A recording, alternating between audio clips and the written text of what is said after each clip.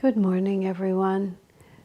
Today is Monday, and Monday is the day that I remind you that this project, which we call the mission of the Masters, being to spread the teachings of self-realization into all receptive hearts, and that is the way I feel is the most accurate way to describe what I'm trying to do with my life.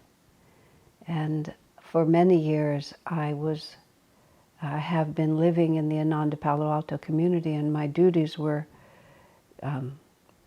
mostly to develop and support this community, and therefore everything I did was supported by that staff and by the income for that entity. I still live in the community, but I'm largely emeritus is how I use it, which actually just means pulled back from.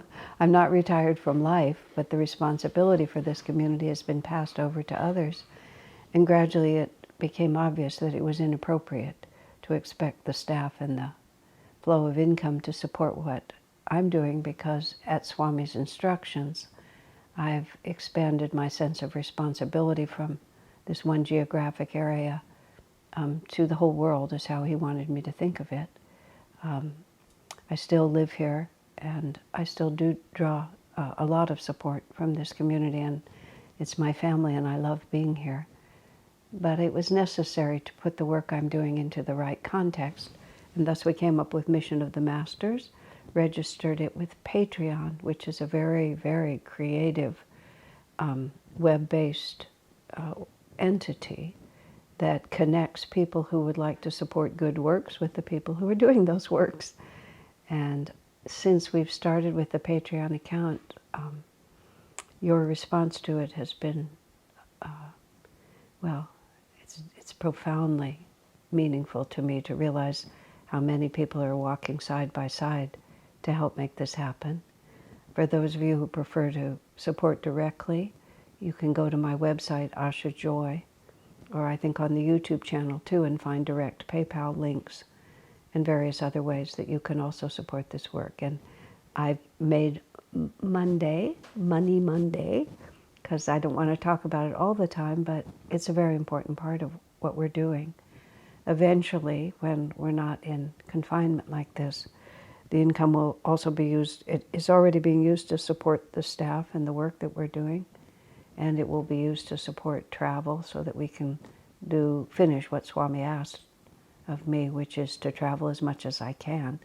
But that's not going to happen until the world opens up a bit more, so I don't know when that'll happen. In the meantime, it'll be global from the living room. If you would also, if you haven't already, subscribe to the YouTube channel. Having followers on YouTube creates a certain magnetism and various other things that I don't know about that will be very helpful to this work. So I'm deeply grateful, and invite those of you who haven't already decided to support to make that decision. Thank you. Now let's pray together.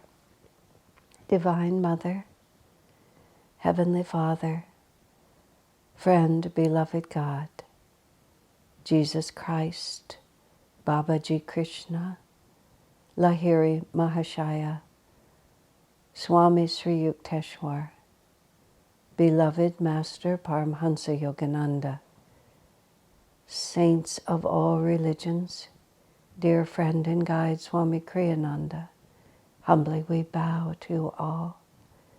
Bless us with your presence, ever living in our hearts. Make us aware of that ever-living presence.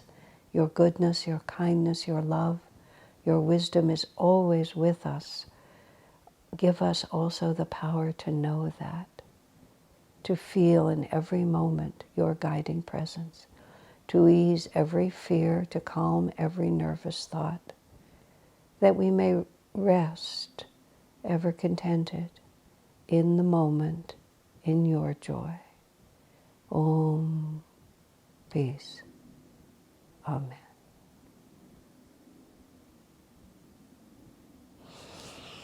Okay, my friends, now let's do quality number 23 out of Swami Kriyananda's biography of Yogananda, Live Like the Master. That's our series, not the book. Although it's the point of everything that Swami wrote, which is to live like the Master. Not merely to admire and love the Master, but to become the Master. That which I do, ye shall do, and greater things Jesus commanded us. So, about Master, Swami says, he was inwardly childlike. I myself had always thought that a sage must be solemn, smiling only in concession to the weaknesses of ordinary human beings. To correct this impression in me, he once bought a few toys. This episode occurred at his 29 Palms retreat. We were seated in the kitchen at the time. He asked that something be brought to him. Whatever it was came enclosed in a paper bag. The Master asked someone to turn out the light. We heard a few chuckles from him, along with a little crinkling of paper. Suddenly, sparks began flying out the barrel of a toy revolver. The light came back on. Then the Master looked at me. How do you like that, Walter? Walter was the name that Master always used when talking to Swamiji. How do you like that, Walter? He asked. Walter was the name by which he always called me. Swami explains it himself. It's fine, sir, I replied, still trying to get over my astonishment. Then, gazing at me penetratingly, he spoke, quoting the words of Jesus, "Suffer little children to come unto me, for of such is the kingdom of God." He finished that charming lesson by firing from another toy pistol, an object which rose in the air, then opened into a tiny parachute. I love this line from Swami's description. We all watched solemnly as the parachute descended to the ground. I never saw him play with those toys again. I suspect he'd bought them only for my sake. Just the whole picture, don't you just love it? There you have this great Indian guru.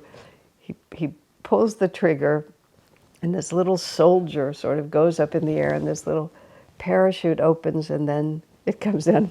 The way Swami says, we watched solemnly as the parachute descended.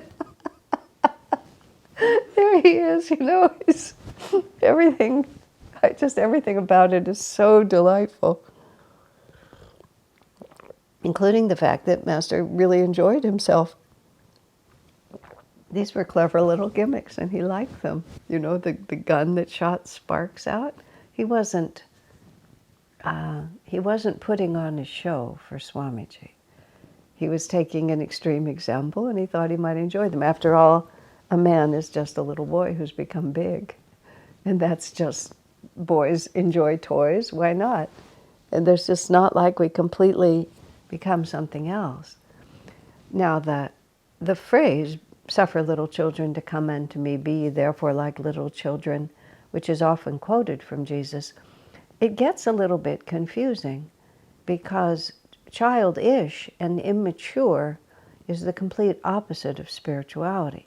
Childish is to be extremely selfish, to not be able to see past your own desires, to simply want what you want no matter whether other people want it or not. I mean, the picture of little children having temper tantrums and throwing themselves on the ground. Just for some reason, for the last several days when I've been out walking, I've seen on something which is really quite common for children. You know, children are very small, as you well know. It was funny, I recently had the opportunity to meet in person the grandchild of some dear friends, and they'd been sending me pictures of, I have no relationship to this child, but I will say this, one of the cutest little children I've ever seen, little babies. Some little babies just sort of win the beauty contest. Well, he's one of these kids.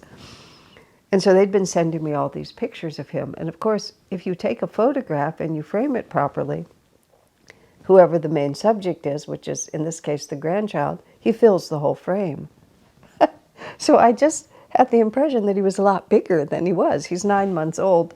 And his parents are not somewhat, are not big people. So he's only 9 months, and his genetics are going to make him somewhat more delicate than some, likely. And when I saw him, the first thing I thought was, but you're so small. And of course it was natural, but I hadn't thought about that. But let's see now, what was the point I was going to make about it? Oh yes, children being so small, their parents can easily just pick them up and move them places. I was a small child. My father was a big man, relatively big man.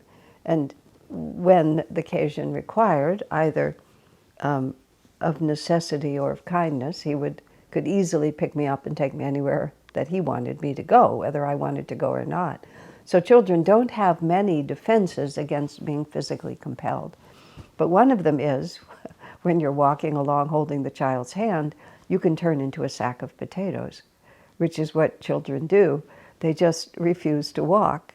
They just become completely limp. And, the parent can give in and pick you up, or they can kind of drag you and try to make you go forward. And I saw a couple of kids, different children, totally unrelated, just putting out that kind of last-ditch defense against whatever it was their parents wanted. And I was at enough distance that I could be amused as the parent, tried to overcome the rebellion of the child.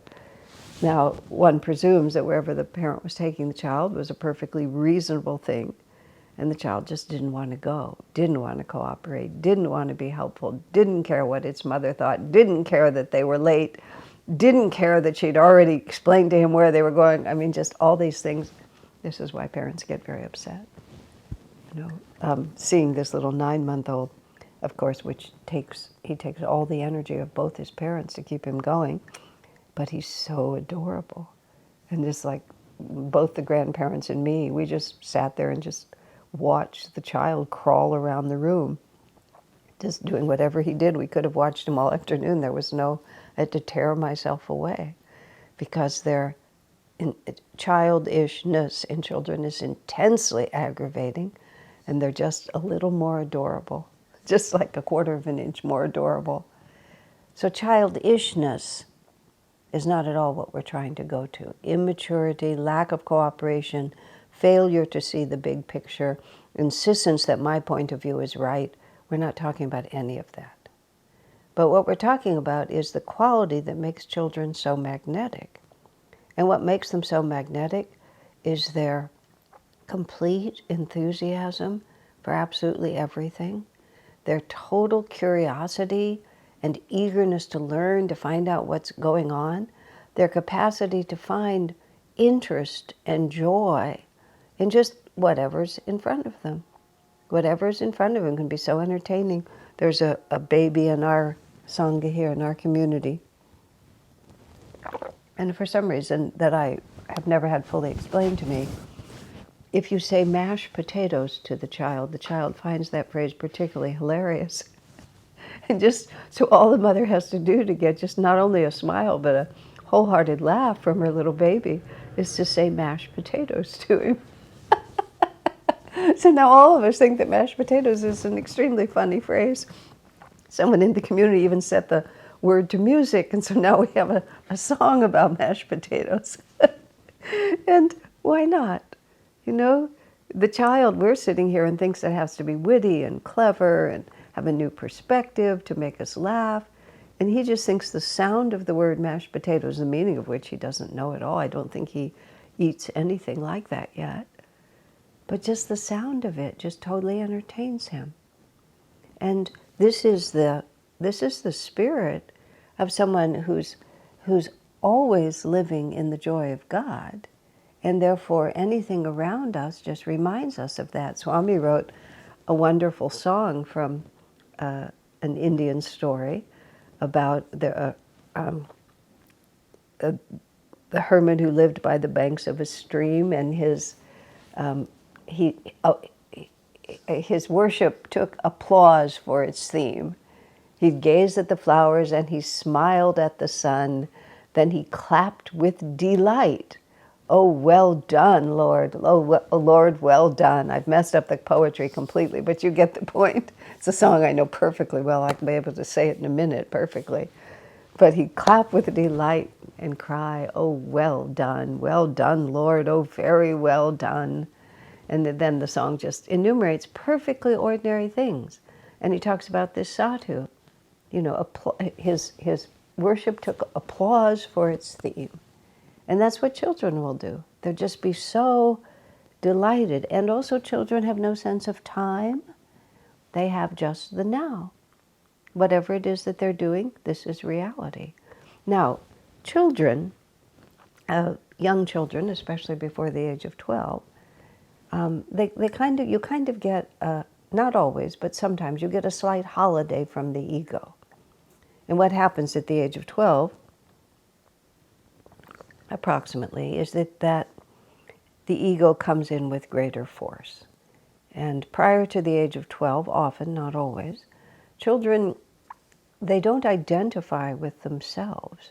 Things happen around them, but they don't identify with what happens around them as a self-definition. You have this certain period of freedom. And it's not real freedom in the sense that once the challenges of puberty and ego strike, then whatever karmic limitations were there will reassert themselves. And then the real work begins, which is why it's the freedom of childhood changes. And that the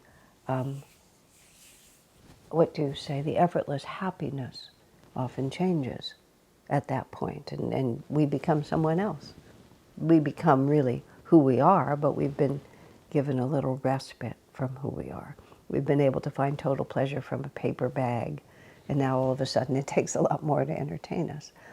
But the childlike part, and the other part of childlike is and these are ideals, and we know that there's personal exceptions to this, but the ideal of this is just the openness to not only to giving love, which we all enjoy, many people enjoy, encouraging, oh, here's your little teddy bear, give your teddy bear a big hug.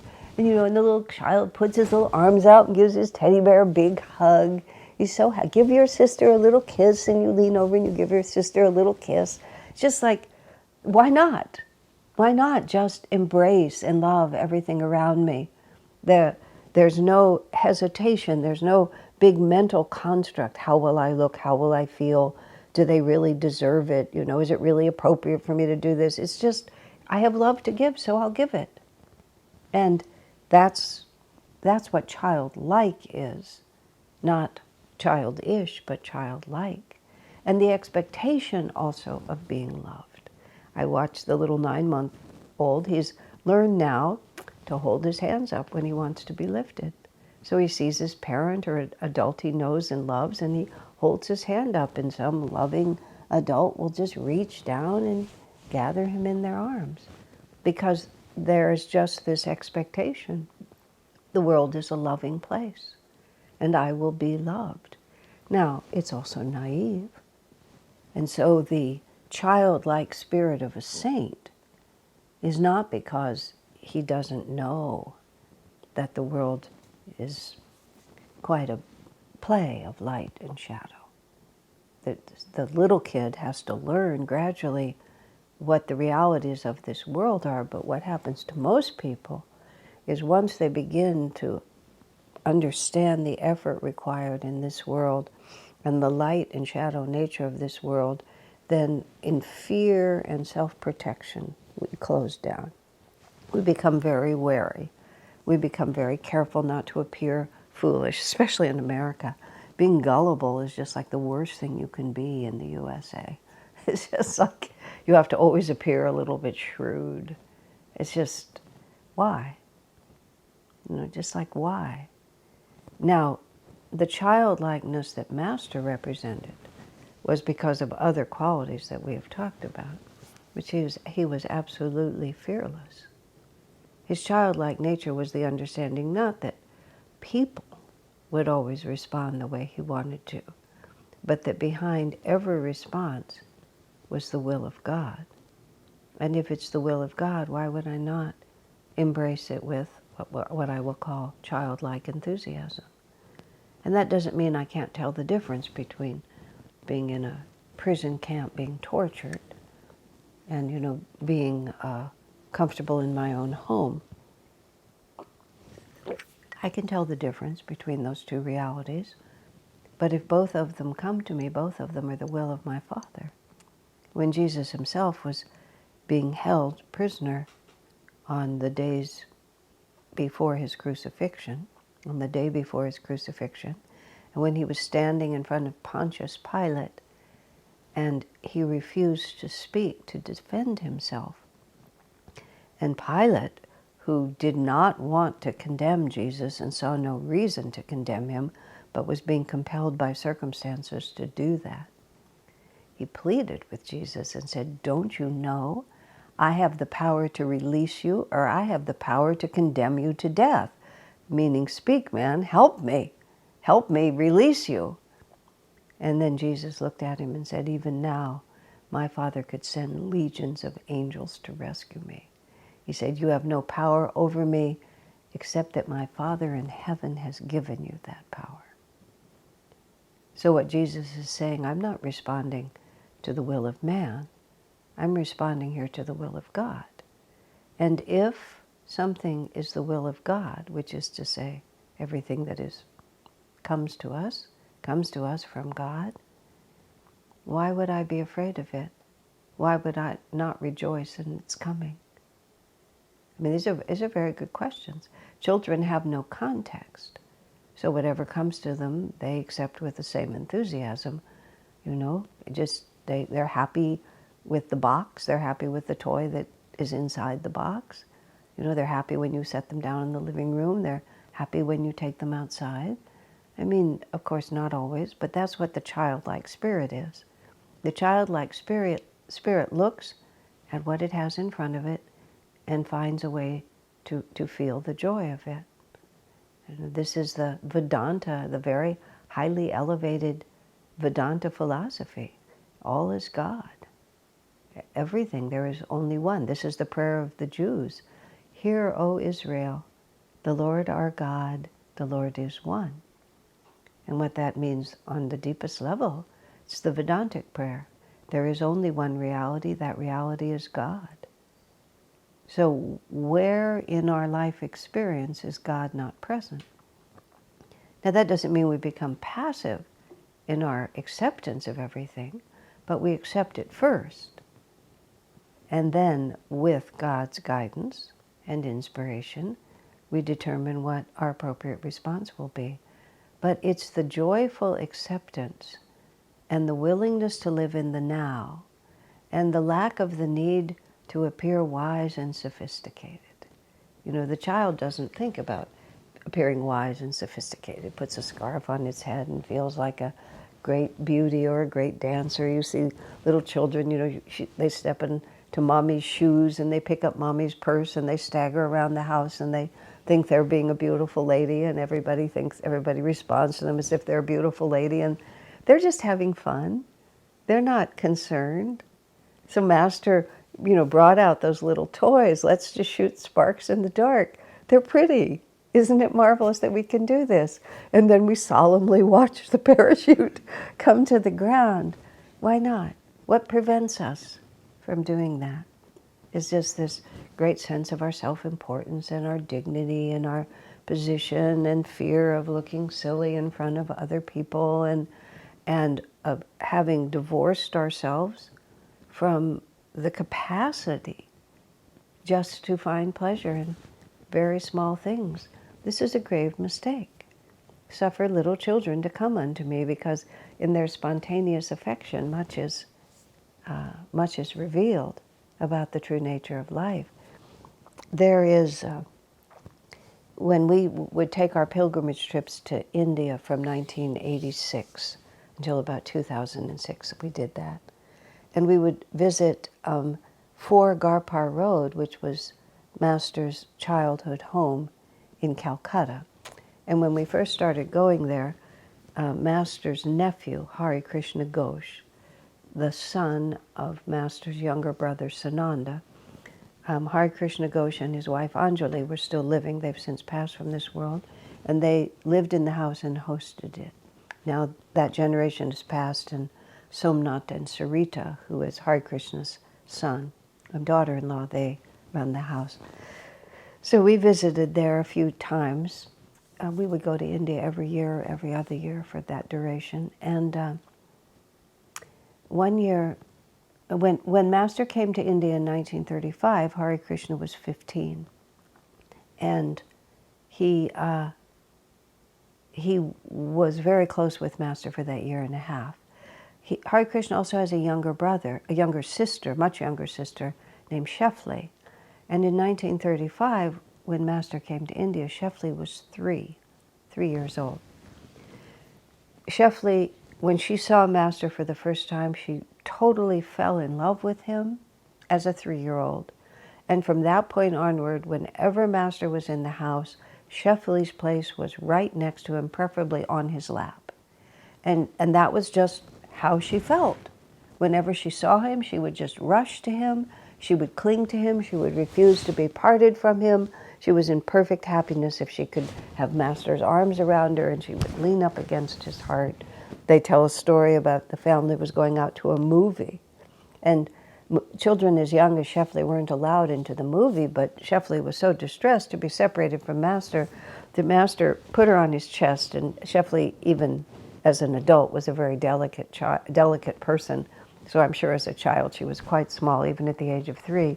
Master put her on his chest, buttoned his coat around her and held her there, took her to the movie. And she sat through the whole movie just with her head up against Master's chest. She considers Master to be her guru, and she's a direct disciple of Master. But Master left India after a year and a half and never came back.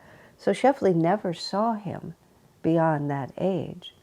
Now, the first thought that came to me, just the human adult mind said, what a waste that she was so young. And then I really started thinking about it. Her soul was the same age. Her consciousness was the same as it was. It was just in a child's body and therefore had certain limitations. Shefli herself doesn't even remember this, but she was told and she has pictures of it. But her soul remembers. And I thought, who as an adult disciple could be so uninhibited in their offering of love and their absolute certainty that that love would be returned? I mean, the word chela, which is a word for disciple, means child. Because what we want to be is we want to have that absolute confidence and openness, total lack of self-concern that Shefli showed when she was 3 years old. What an experience to have with the Master. And it was deeply imprinted on her soul. The fact that her conscious mind can't remember it means nothing. Her superconscious knows completely, that she had this perfect love relationship with her guru that all of us in our adultness are now working so hard, to get back to. That's what Jesus meant. Suffer little children to come unto me, of such is the kingdom of heaven. That's what he meant, which is that complete self-offering of love and that absolute expectation and complete openness to receiving. That's the joy of discipleship that the Masters hold out and offer to us. Let down all of this pretense and just rest again in the childlike heart that is our true nature. God bless you.